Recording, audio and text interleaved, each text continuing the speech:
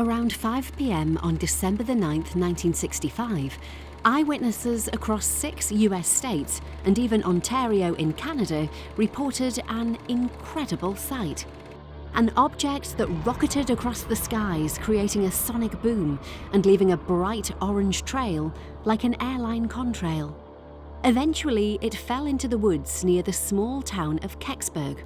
Within hours, the area was sealed off by the military, but not before locals caught a glimpse of something strange.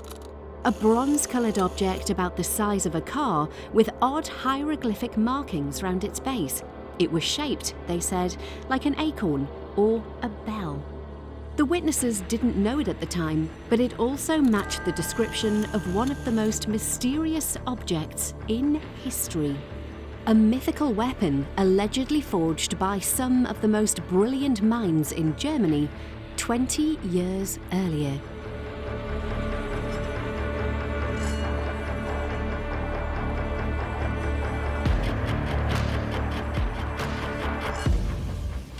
It's one of the strangest tales to come out of World War II, involving Nazi occultism, aliens, time travel, espionage, and even a secret nuclear war in Antarctica.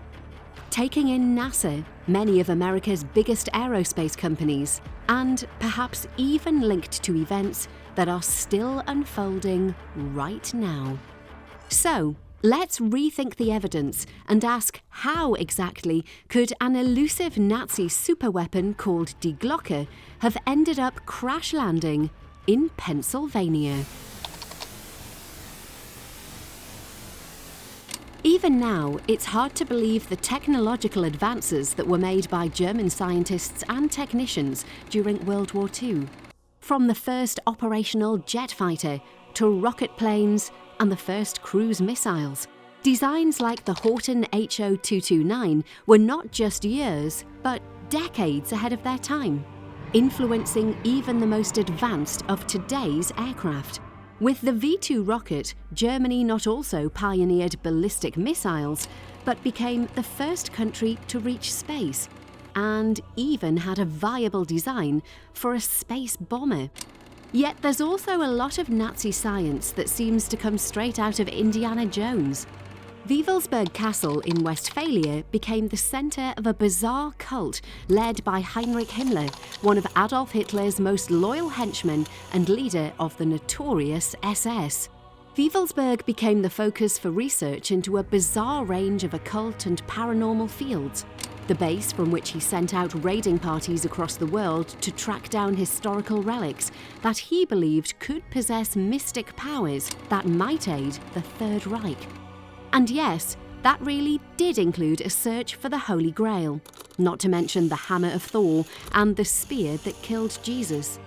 It may sound ludicrous, but some claim it's an example of the Nazis thinking outside the box, trying anything that might give them an advantage, whether natural or supernatural.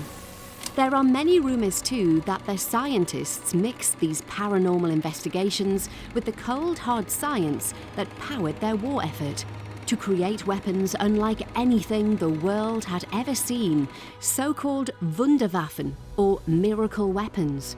And perhaps they succeeded.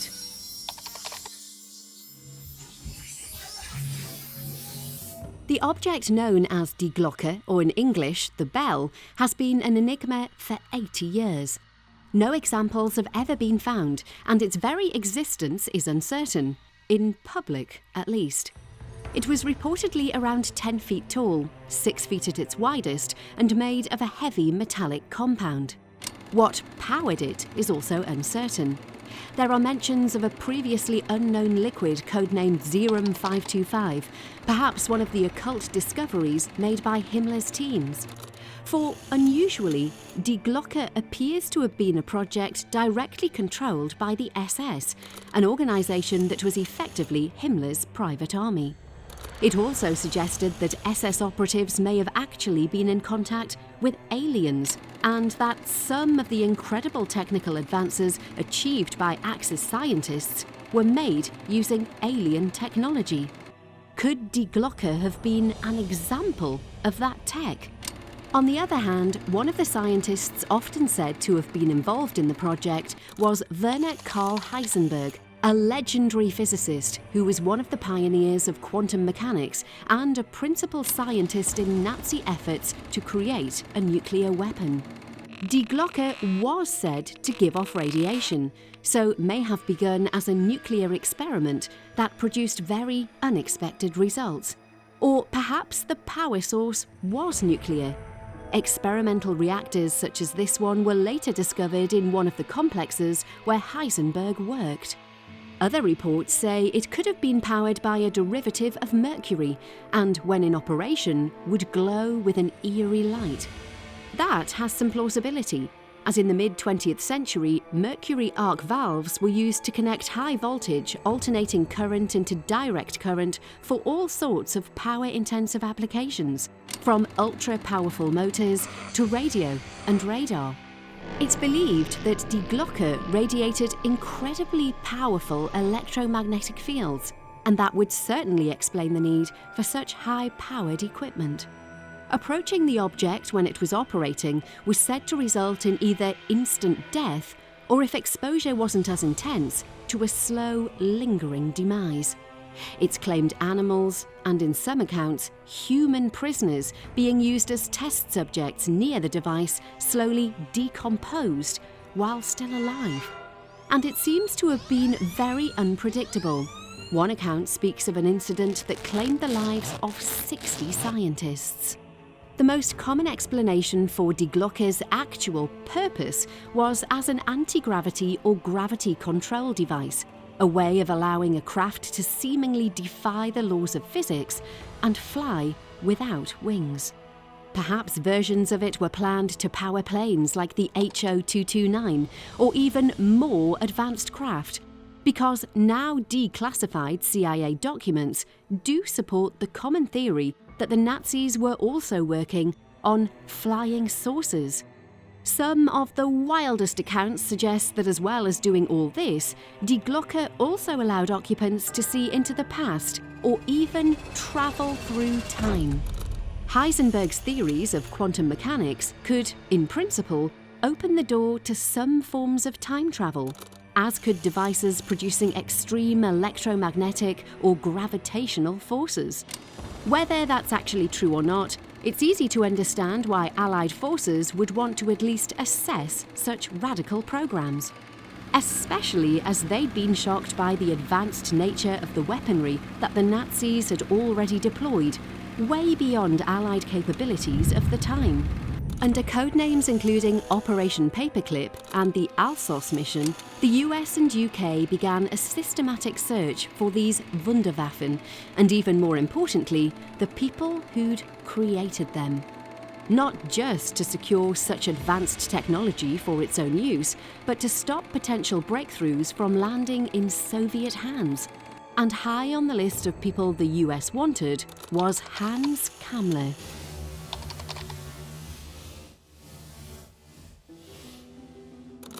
Unlike most of the Germans who headed west across the Atlantic, Kamla wasn't an active scientist. Trained as an engineer, he'd become a ruthlessly efficient manager who got things done, whatever the cost in human life. And he was also a high-ranking officer of Himmler's SS. By the war's end, he was in overall charge of all the Nazis' Wunderwaffen projects. The man the Allies knew would have all the secrets. And of course, that would include the truth about Die Glocke. He was also officially dead, supposedly being killed around May the 9th, 1945. There have always been suspicions that Kamla faked his own death, but, shockingly, recently revealed CIA files showed that the US probably helped him to do it, as he's listed as being an asset in US custody later in the year. Donald W. Richardson was an OSS special agent working on Operation Alsos. He said he personally brought Kamla to the US and supervised him until 1947, and that he was interned at a place of maximum security, with no hope, no mercy, and without seeing the light of day. According to Richardson, Kamla died for real this time in 1947, More likely, Richardson was simply reassigned and told that Kamla was dead. So what was going on? Had Kamla struck a deal to supply Hitler's secrets in return for a new life? Or was he being held against his will and forced to reveal what he knew? And why was he being treated differently to other former Nazis such as Wernher von Braun, the designer of the V2 rocket and soon-to-be designer of America's moon rockets? The most likely answer is in Kamla's record, because he was among the worst of the worst, a devout Nazi who'd also run the concentration camp system. Once he became head of Wunderwaffen operations, he ordered thousands of camp inmates to be moved to the underground slave factories that were producing the V2 rocket and Me-262 fighter, where they were worked to death in truly barbaric conditions. Though von Braun faced awkward questions about his past, nothing was ever proven against him. But Kamla's hands were so covered in blood, there was no way that the Americans could let it be known he was now working for them. The international outcry would have been immense. And of course, it could also be that the things he knew were so sensitive that the US wanted it to look as if he really had taken them to his grave in 1945. So he had to be kept hidden. And where better than a place where no one would look? Perhaps the same place of maximum security mentioned by Donald Richardson.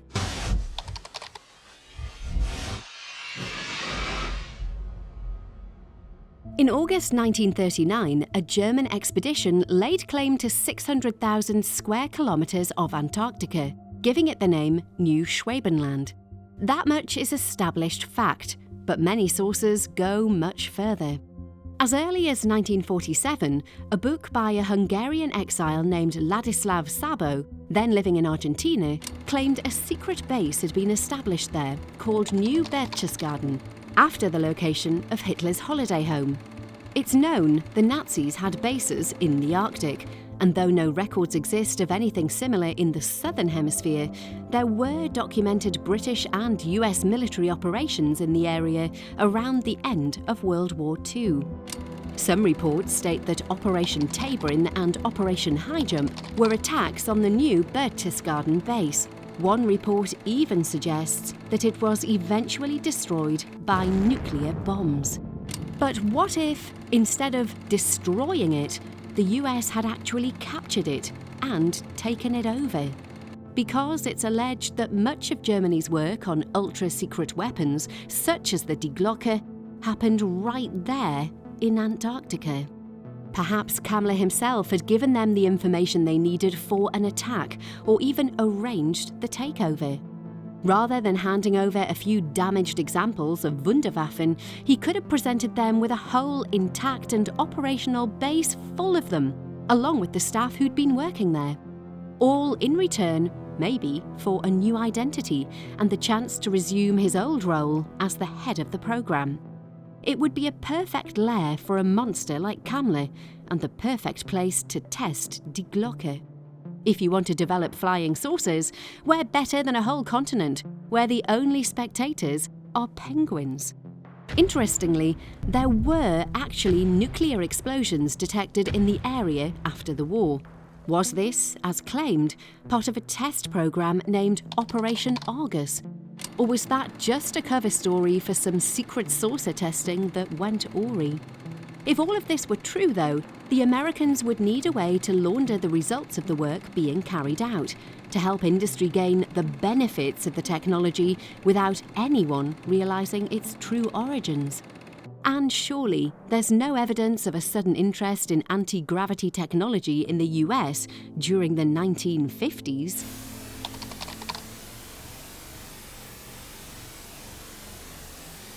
You guessed it. There was a very odd burst of activity based around anti-gravity devices and gravity control drives in the US through the 1950s and 60s. To quote one report, at least 14 United States universities and other research centres are hard at work cracking the gravity barrier. And backing the basic research with multi-million-dollar secret projects is our aircraft industry. Journalist A.V. Cleaver added that it wasn't known which agency was behind it. However, that the effort is in progress, there can be little doubt. Over time, a who's who of American aerospace companies took part in anti-gravity research. Bell, Boeing, Convair, Douglas, Grumman, Hughes, Martin, Lockheed, along with the US Air Force. Why this sudden interest? Could it have been just a cover for the work being carried out secretly by former Nazis, locked away on an Antarctic peninsula?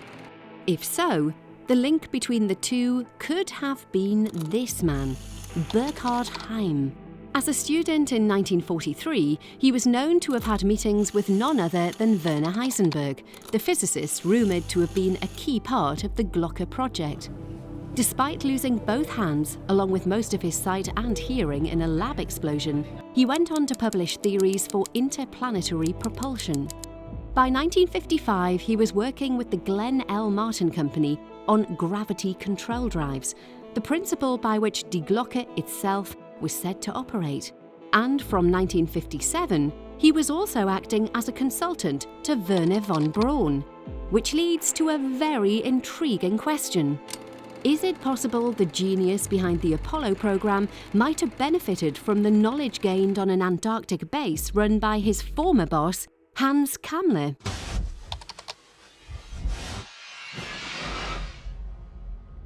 Clearly, on the face of it, the idea of a secret polar base run by former Nazis creating wonder weapons seems ridiculous.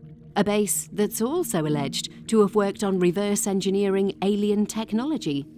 That would have seemed even more ridiculous until whistleblowers like David Grush started to claim that secret parts of the deep state had been doing exactly that since before World War II. So, who knows? Perhaps a base in New Schwabenland forms part of the operation Grush and others are now describing. Nothing quite like Die Glocke itself has been spotted since the apparent mishap over Kecksburg. But perhaps many UFOs, including the weird UAPs described during congressional hearings, tic-tac-like objects that seem to defy the laws of gravity, are not of alien origin at all, but just the latest generation of Wunderwaffen, all descended from that original design. If Congress does force the disclosure of all the information on UAP activity as promised, perhaps we'll also learn a lot more about the secrets of Die Glocke and other Nazi projects too. What do you think? Let me know in the comments. Check out this great video for more on time travel, and to get the latest about UAPs, click here. If you've enjoyed the video, be sure to like and subscribe, and thanks for watching.